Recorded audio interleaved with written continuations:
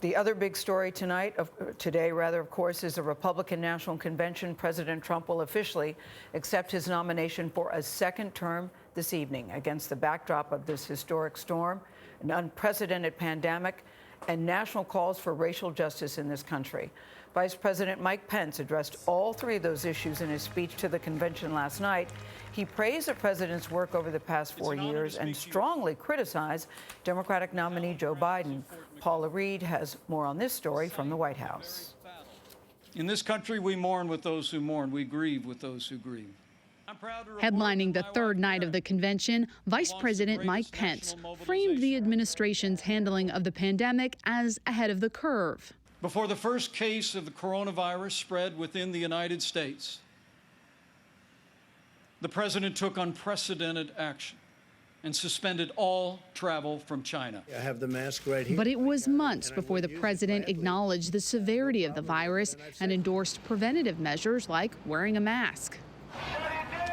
Pence was the only speaker to mention Kenosha, Wisconsin, yet another city gripped by protests over the shooting of a black man, Jacob Blake, by police. So let me be clear. The violence must stop, whether in Minneapolis, Portland, or Kenosha. Too many heroes have died defending our freedom to see Americans strike each other down. We will have law and order on the streets of this country. But he made no mention of the shooting that prompted the protests or any of the black men and women who have died at the hands of law enforcement. And he said that a Biden administration would double down on policies that are leading to the violence in American cities, ignoring that it is under President Trump that the violence is occurring. The hard truth is, you won't be safe in Joe Biden's America. The night also saw a concerted effort to reach out to female voters who currently prefer Joe Biden, according to recent polls. I have a 9-month-old daughter. She's a beautiful, sweet little girl. And I choose to work for this president for her. A woman in a leadership role can still seem novel. Not so for President Trump. For decades, he has elevated women to senior positions in business and in government. Later tonight, President Trump will take the stage here on the South Lawn of the White House to give his acceptance speech and make that critical pitch for a second term.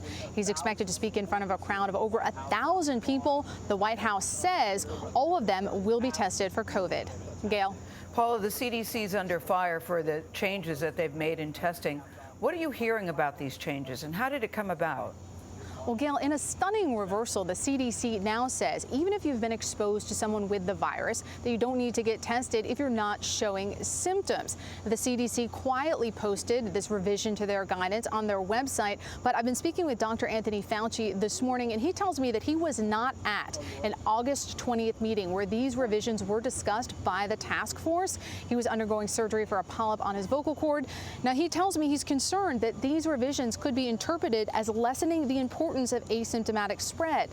Now, President Trump's re-election chances have, of course, been harmed by the pandemic. He has repeatedly called for less testing, and Democrats have blasted this revision, saying that the president now has the CDC carrying out his political agenda, though a senior White House official insists that these changes were made through all the standard protocols. But, Paula, from all that we've been told about this COVID-19, do you think it sends mixed messages on an already very confusing situation?